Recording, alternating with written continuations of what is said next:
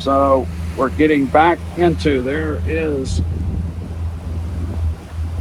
is the harbor or the yacht club for, I think it's Cape Coral, and the Westin and cool restaurants and places to hang out.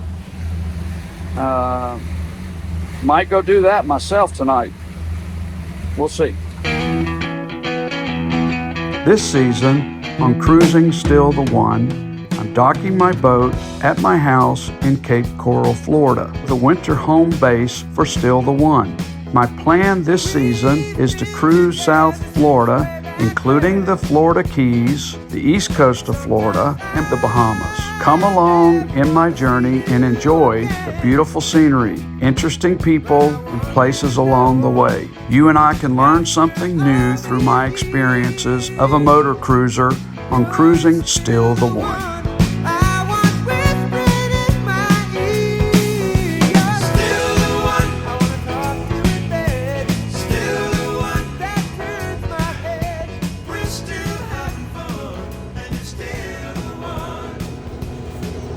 So I checked the engine compartment and I got salt everywhere. And from where the water's spraying out the heat exchangers, that needs to be resealed. So I'm going to ease my way back up to Cape Coral today, get her to the dock, and then get a mechanic out to go over it and repair all these things that need repaired. All right, so Dan is saying that the water from the alternator, water in the bells coming from the motors, gets the alternator wet, and then that would cause it to act erratically.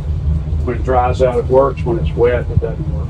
So I'm not going to be going fast today, and hopefully it's not too much water will be splashed on the engines.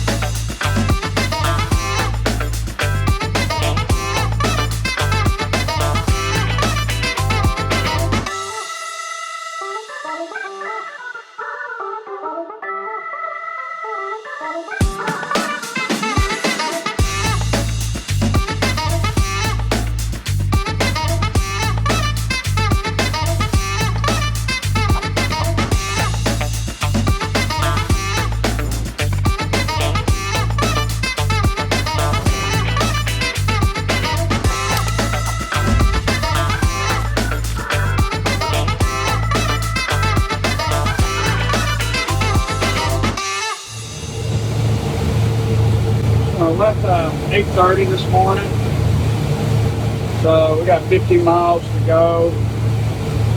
With the water leaking, I'm going to take it easy, take all day, fish, just work my way up the coast. I think when I ran it to almost 3,000 RPMs last night, that's when the water got throwing everywhere. So I'm going to resist that today. Once again, using the autopilot, automatic. I set it up.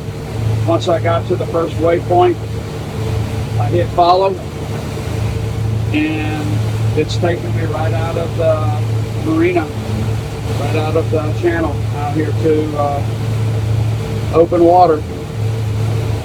Turning north now to head towards Cape Coral, doing 9 miles an hour at 1,800 RPM. Really good seas today. That easterly wind, that's what does it. Makes it flat out here, which is nice. So tanks are full. Yeah, so that alternator's dropped down to 12, 13. Well, foot 12 and a half. I don't know if it's getting wet or what, but I'm gonna drop the RPMs back here. And once I get below like 15, 20 feet of water, I'm gonna put out the spoons, see what we can catch.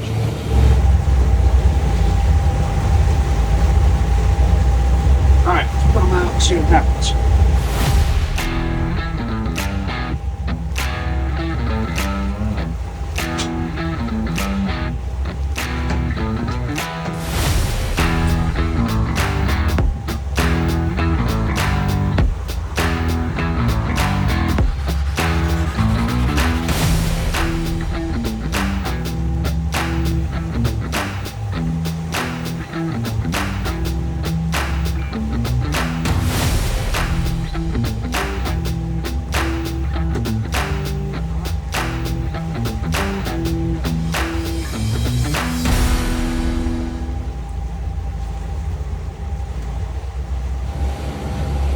Cool thing about fishing in Florida, there's so many different species you can go fish for.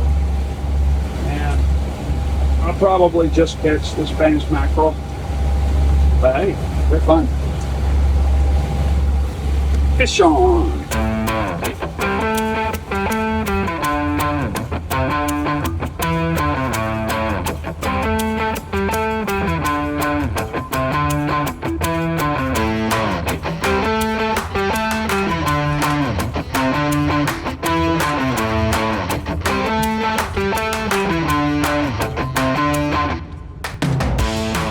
Another pretty Spanish mackerel. Nice one there. Oh!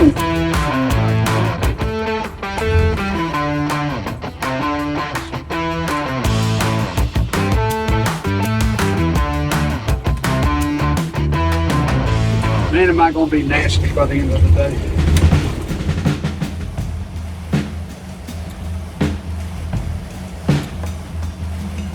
Well, I think what I'll do here is tell the story of going to Key West and everything that happened. So Deb came down on a Friday a couple weeks ago and had the boat plugged in to our shore power. Everything seemed to work properly. And Saturday evening, Deb says there's a problem with the boat. So I went out and the lights wouldn't come up. It was like half power, just issues with the electricity to the boat. So I started to do some troubleshooting. The first thing I looked at was the power cables, and there were burnt ends on one side of the splitter and one of the 30 amp cable. So I assumed that was the problem. Took off the power to the boat, actually tried to get some other cables to work. Nothing would work. And I realized that the batteries were down. So I turned the generator on and let the generator run for 2 or 3 hours to get the batteries charged up a little bit. I actually started the engines, let them run for a while to charge the batteries, and then when I got enough charge on the batteries, I felt like we'd be okay, and lights came back up, boat came back to life. It looked pretty good. So Sunday morning we take off and we head out. Things are going well, boat's operating great. Go all the way to Marco Island, and next morning got up, everything's still operating well, start the motors, and off we go. We're chugging along, doing about 15 to 17 miles an hour. We've got a following sea, so it's pushing the sun, and I'm wagging back and forth because of the following sea. So I climb the sea, get on the top of it, go down the other side, pick up speed, wag. And as I went along, these crackpots were, in the way. And I didn't feel real comfortable with disengaging the autopilot because I had set it up and it was working fantastic. I put a route on my phone from marina to marina and it followed it to the T. And matter of fact, that's what I'm doing right now. It's just going right on the path, just like it should. So I was real nervous about, disengaging the autopilot, getting it hooked, back again. But I kind of figured it out. But before I did that, as I would get to these crab pots, because I was wagging, I wasn't sure if I was going to wag away from them or into them. So last minute, I would just throttle back and throw it in neutral. Well, about 3/4 of the way there, did that once, and my port engine quit. Nothing. Push the button, nothing. Just nothing. I mean, no clicking, no nothing. So I opened the hatch, looked in there. I didn't see anything that looked unusual. And I did see that on one of the banks on the charger, it was red, had a red button. So that tells me that the charger was not charging. We had run the generator off and on quite a bit, but then it quit a couple of times, and so we didn't really need it, so we weren't running the generator.